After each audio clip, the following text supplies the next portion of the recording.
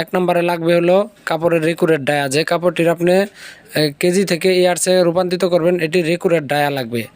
তারপর 2 নাম্বার এটি লাগবে কাপড়ের রেকুরেট জিএসএম, কাপড়ের যে রেকুরেট জিএসএম আছে সেটি লাগবে।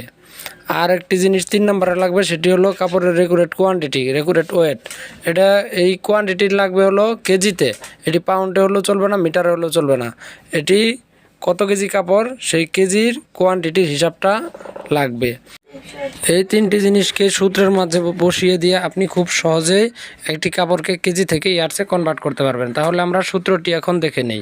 সূত্রটি হলো ফেব্রিক ওয়েট ইন কেজি, তারপর এটিকে গুণ করতে হবে 1550 দিয়ে, তারপর আবার গুণ করতে হবে 1000 দিয়ে, তারপর ভাগ করতে হবে 36 হলো ইঞ্চি, আর তারপর ভাগ করতে হবে রেকুরেট জিএসএম, আমরা যে জিএসএমটি আছে কাপড়ের সেই জিএসএম দিব, তারপর ভাগ করতে হবে রেকুরেট ডায়া সমান সমান ইয়ার্স, আপনি যে রেজাল্টটি চাচ্ছেন।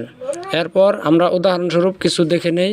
আমরা ধরে নিচ্ছি আমাদের ফেব্রিক কোয়ান্টিটি 1000 কেজি এবং কাপড়ের জিএসএম আছে 200, আর কাপড়ের যে ডায়া লাগবে রেকুরেট ডায়া এটি আছে 72 ইঞ্চি। এখন আমরা এই 72 ইঞ্চি ডায়া 200 জিএসএম 1000 কেজি কাপড়ের আমরা ইয়ার্সে রূপান্তরিত করে দেখব আসলে কত ইয়ার্স হয়।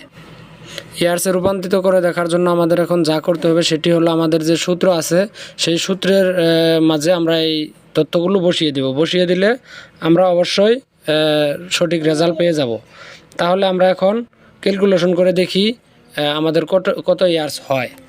আমাদের ক্যালকুলেশনে সূত্রে কি ছিল, প্রথমে ছিল ফেব্রিক ওয়েট ইন কেজি, আমাদের কত কেজি কাপড় আছে 1000 কেজি, 1000 বসিয়ে দিলাম, গুণন আমাদের সূত্রে ছিল 1550, আমরা গুণনে বসিয়ে দিলাম 1550, তারপর আবার গুণন, এখানে আমাদের সূত্রে আছে 1000, আমরা বসিয়ে দিলাম 1000, এখন ভাগ করতে হবে 36, আমাদের সূত্রে আছে 36 ভাগ 36, তারপর আবার ভাগ 200, এটি আমাদের জিএসএম, কাপড়ের জিএসএম আছে 200, আর তারপর আবার ভাগ করতে হবে ডায়ার সাথে, রেকুরেট ডায়া আমাদের আছে 72, এখানে 72 বসিয়ে দিলাম।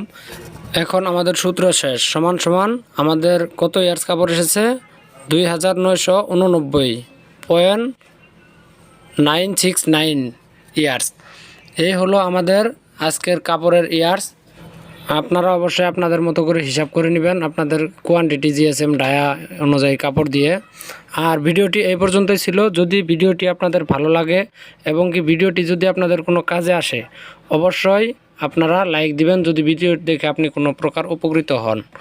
আর যদি আপনি আমার চ্যানেলে নতুন হন অবশ্যই আমার চ্যানেলটিকে সাবস্ক্রাইব করবেন এবং বেল আইকন বাজিয়ে দিবেন, নতুন কোনো ভিডিও আপলোড করলে সবার আগে আপনি পেয়ে যাবেন।